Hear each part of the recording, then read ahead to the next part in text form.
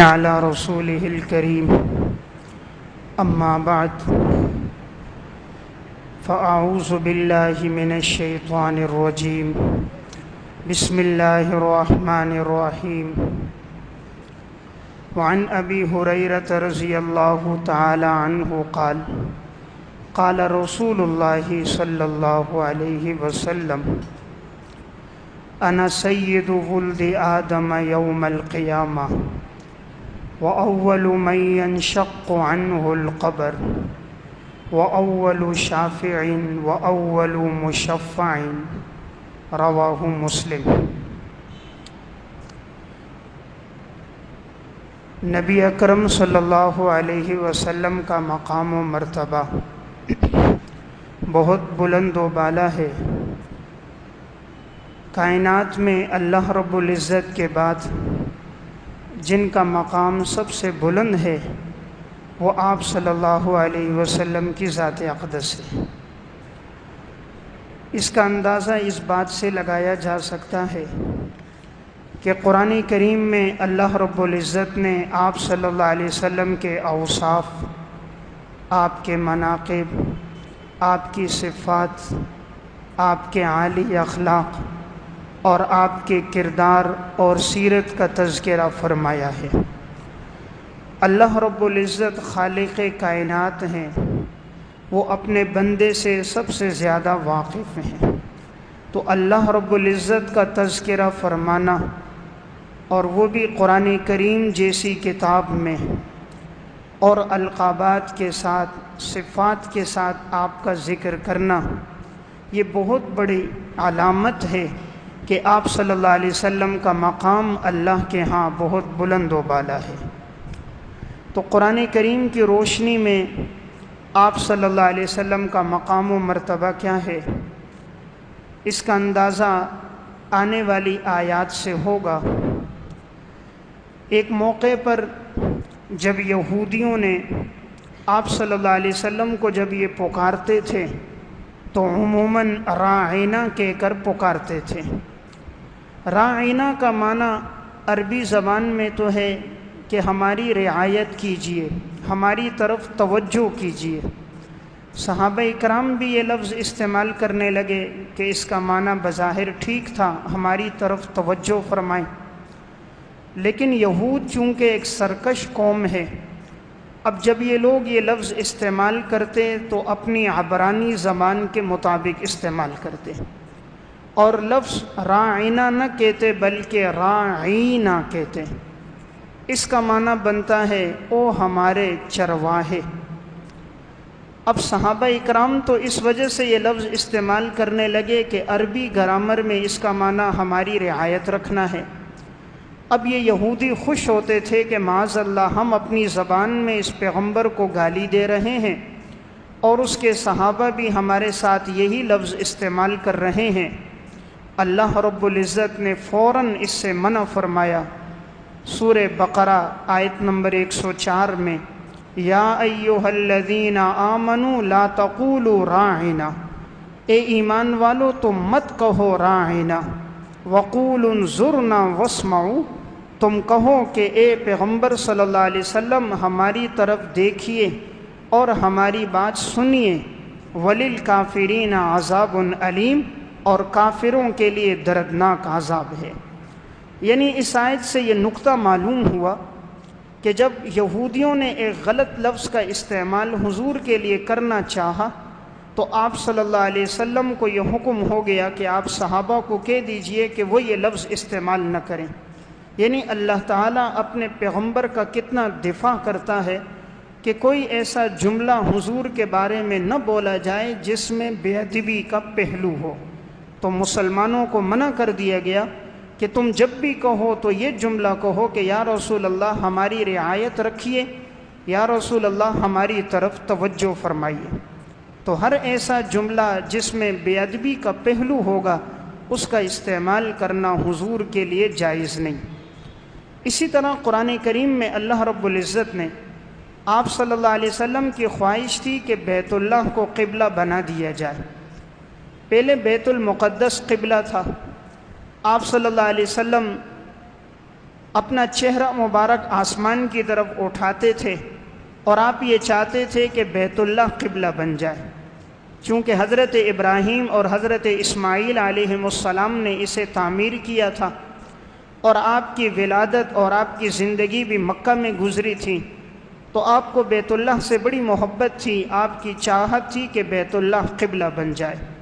اللہ رب العزت نے آپ کی چاہت کا اتنا لحاظ رکھا کہ آپ کے چہرے کا آسمان کی طرف اٹھنا، اس کا تذکرہ بھی قرآن میں فرمایا، اور آپ کی خواہش کے مطابق قیامت تک کے لیے بیت اللہ کو قبلہ بنا دیا۔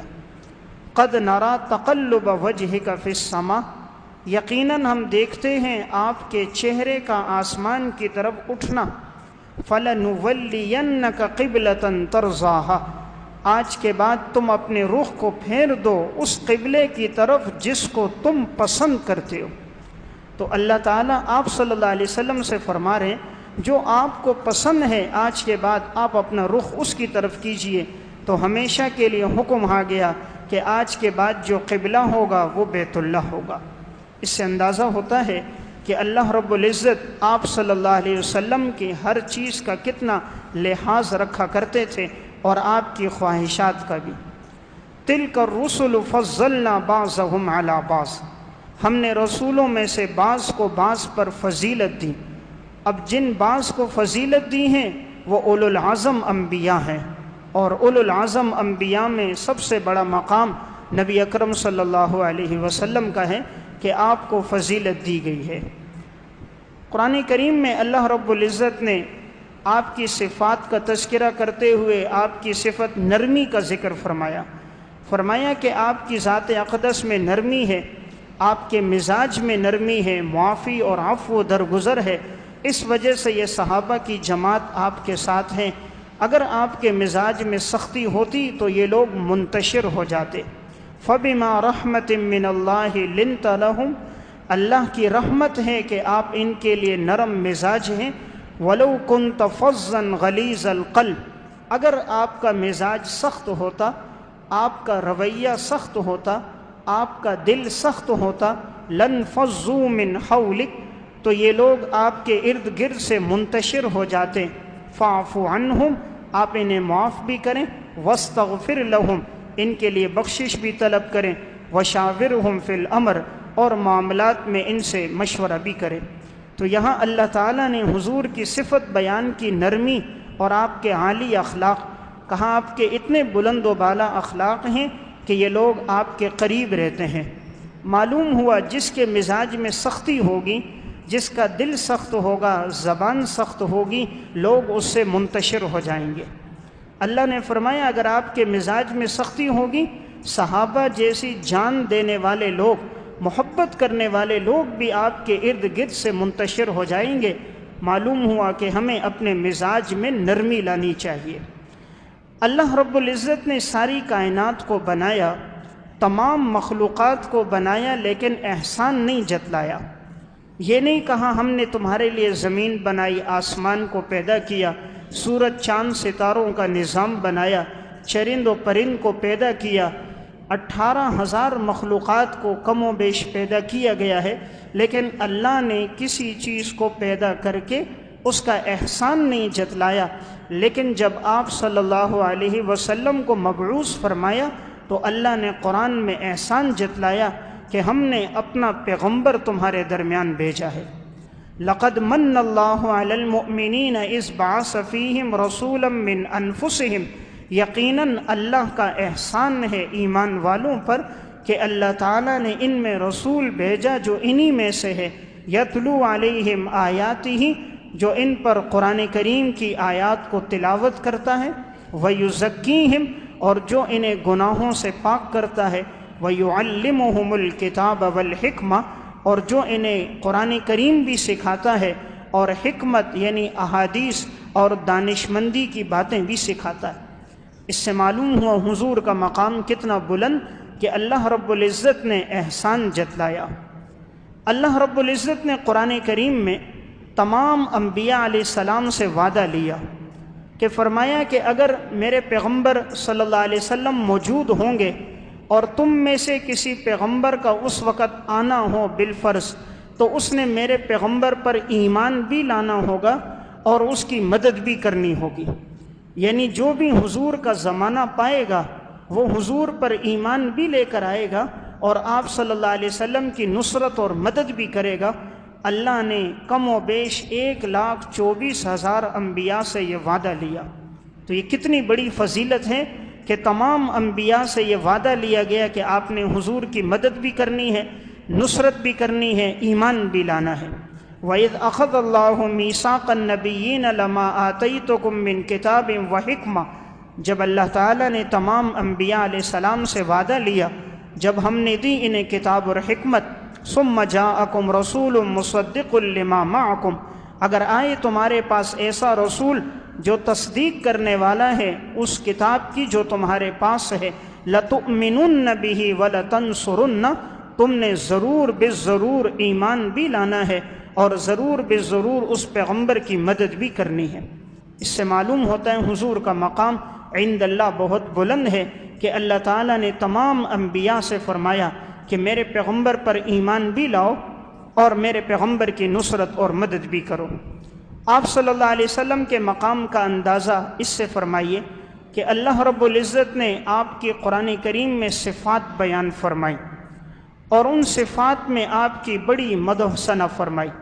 فرمایا لقد جاءکم رسول من انفسکم، یقیناً تمہارے پاس آیا ہے ایک عظیم الشان رسول، رسول میں تنوین برائے تعظیم، عظیم الشان رسول آیا ہے جو تم میں سے ہے، یعنی بشر ہے۔ عزیز علیہ، اس پر یہ بات بڑی گراں گزرتی ہے، ما عنتم، اگر تم مشقت میں پڑ جاؤ، یعنی امت کو تکلیف میں دیکھ کر پیغمبر پریشان ہو جاتا ہے، امت مشقت میں پڑ جائے تو آپ پریشان ہو جاتے ہیں۔ حریص علیکم بالمؤمنین، ایمان والوں پر سب سے زیادہ حریص ہیں کہ یہ لوگ ایمان لے آئیں، دین پر آئیں۔ رؤوف الرحیم، بڑے مہربان ہیں، نہایت رحم کرنے والے۔ تو اللہ تعالیٰ نے اس آیت میں آپ صلی اللہ علیہ وسلم کی 6 صفات بیان فرمائی۔ نمبر 1 رسول عظیم الشان، نمبر 2 من انفسکم، بشریت رسول، نمبر 3 عزیز علیہ، کہ آپ صلی اللہ علیہ وسلم تمہارے بارے میں ہمیشہ پریشان رہتے ہیں کہ کس طرح تم لوگ ایمان لے آؤ۔ نمبر 4 حریص، ایمان والوں پر سب سے زیادہ آپ حریص ہیں۔ نمبر 5 رؤوف، مہربان ہیں۔ نمبر 6 رحیم، نہایت رحم والے۔ تو اللہ تعالیٰ نے اپنے پیغمبر کی 6 صفات کا تذکرہ اس میں فرمایا۔ جب مشرکین مکہ نے آپ صلی اللہ علیہ وسلم پر یہ اعتراض کیا کہ معاذ اللہ آپ رسول نہیں ہیں، اللہ رب العزت نے سورہ یاسین کی ابتدائی آیات میں قسم کھا کر فرمایا یاسین والقرآن الحکیم انک لمن المرسلین، مجھے قرآن کی قسم، یقیناً میں نے تجھے رسول بنا کر بھیجا ہے۔ اللہ رب العزت قسم نہ کھائیں تب بھی اللہ کی بات 100% یقینی ہے، سچی بات ہے، لیکن اللہ قسم کھا کر فرما رہے، اور قسم بھی اپنے قرآن کی کہ مجھے قرآن کی قسم میں نے تجھے رسول بنا کر بھیجا۔ اس سے بڑا مقام اور مرتبہ کیا ہے کہ اللہ رب العزت آپ کی قسم کھائیں۔ اللہ رب العزت نے نبی اکرم صلی اللہ علیہ وسلم کی جان کی قسم کھائی اور فرمایا کہ اس وقت تک کوئی انسان مسلمان نہیں ہو سکتا جب تک وہ آپ صلی اللہ علیہ وسلم کے فیصلوں پر اور آپ کی لائی ہوئی شریعت پہ راضی نہ ہو۔ فلا وربک لا یؤمنون حتی یحکموک فیما شجر بینہم، اس وقت تک کوئی انسان مسلمان نہیں ہو سکتا جب تک وہ آپ کی لائی ہوئی شریعت پہ راضی نہ ہو۔ ثم لا یجدوا فی انفسہم حرجا مما قضیت ویسلموا تسلیما، اور وہ نہ پائے اپنے دل میں کوئی تنگی آپ کے فیصلوں پر اور آپ کے فیصلوں کو دل اور جان سے قبول کرے۔ تو یہاں اللہ رب العزت نے وَرَبِّكَ کہہ کر فرمایا تیرے رب کی قسم۔ اللہ تعالیٰ یہ بھی فرما سکتے تھے میری ذات کی قسم، لیکن آپ صلی اللہ علیہ وسلم کو خطاب کر کے کہا وَرَبِّكَ، اے محمد تیرے رب کی قسم۔ یہ حضور کی بہت بڑی فضیلت ہے۔ اسی طرح قرآن کریم میں اللہ رب العزت نے فرمایا لَعَمْرُكَ انہم لفی سکرتہم یعمہون، آپ کی جان کی قسم، آپ کی ذات کی قسم، یہ لوگ پریشانیوں میں، تکلیفوں میں ہیں لیکن انہیں معلوم نہیں۔ تو قرآن کریم میں اللہ رب العزت نے جا بجا آپ کی منقبت بیان کی۔ جب مشرکین مکہ نے آپ صلی اللہ علیہ وسلم کو معاذ اللہ مجنون اور دیوانہ کہا تو اللہ رب العزت نے آپ کا دفاع فرمایا اور فرمایا کہ ہمارا یہ پیغمبر مجنون اور دیوانہ نہیں ہے بلکہ یہ سچا رسول ہے۔